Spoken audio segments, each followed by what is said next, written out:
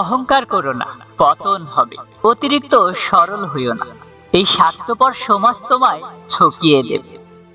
জীবনে যত সমস্যায় আসুক না কেন, দুশ্চিন্তা করলেই সমস্যা বাড়ে, আর নীরব থাকার ফলে এটি হ্রাস পায়, এবং ধৈর্য রাখলে সম্পূর্ণরূপে তা অদৃশ্য হয়ে যায়।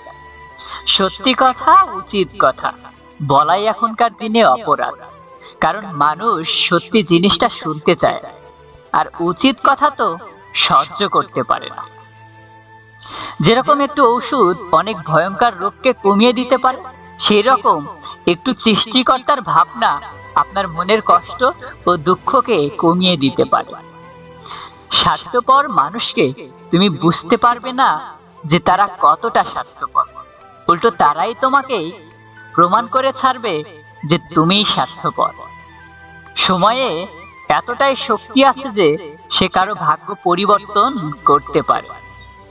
সুখী হবার একটাই উপায়, কেউ কাউকে ঠকাবেন না, অবশ্যই সুখী হবেন। এমন লোকের থেকে দূরে থাকুন যে আপনার সামনে মিষ্টি কথা বলছে এবং পেছনে আপনাকে বরবাদ করার জন্য পরিকল্পনা করছে।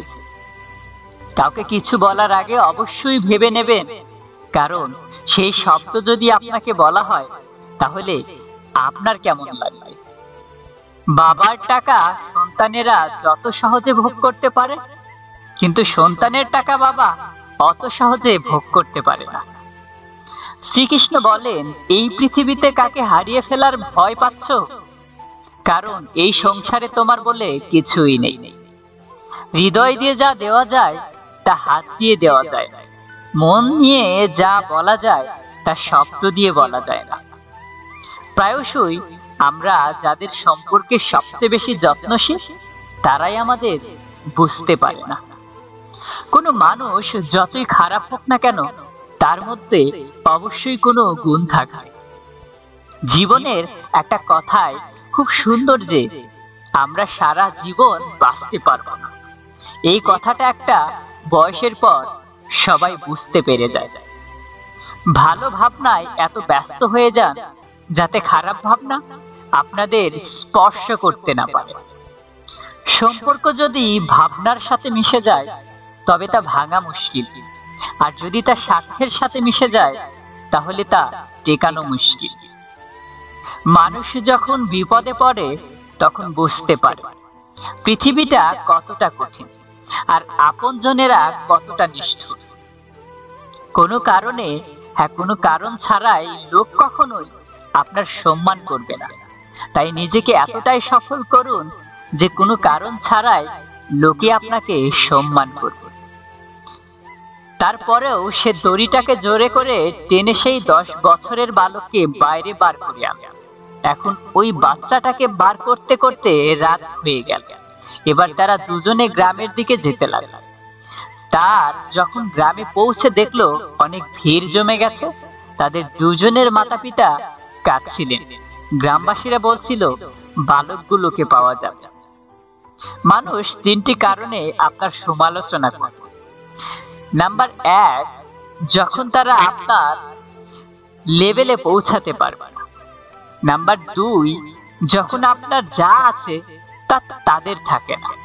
নাম্বার 3, যখন তারা আপনার লাইফস্টাইল নকল করতে চায় কিন্তু পারে না।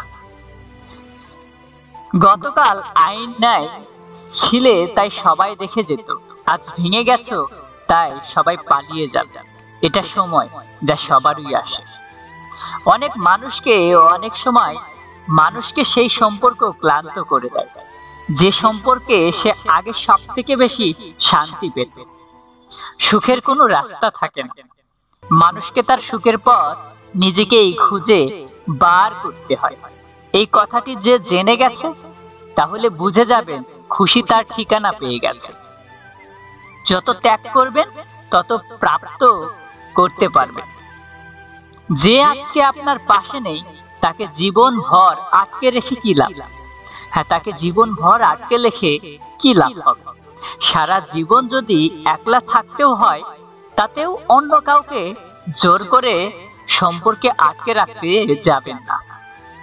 মানুষের শুধু দুটো জিনিস মানা উচিত, ভগবানের ভয় এবং ভগবানের দ্বার। ভগবানের প্রতি ভয় থাকলে মানুষ অপরাধ করবে না, আর ভগবানের দ্বার থাকলে ভগবানের আশীর্বাদ সব সময় পাবে।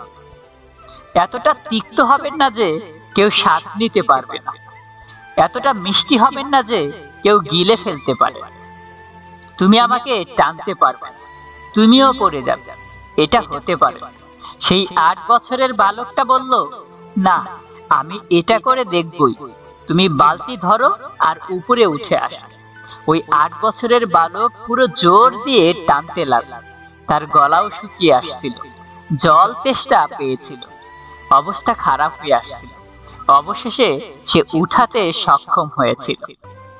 তাকে কখনো অবহেলা করো না, যে তোমার খেয়াল রাখে। না হলে একদিন তুমি বুঝতে পারবে যে পাথর জমা করতে করতে হিরে হারিয়ে ফেলেছ।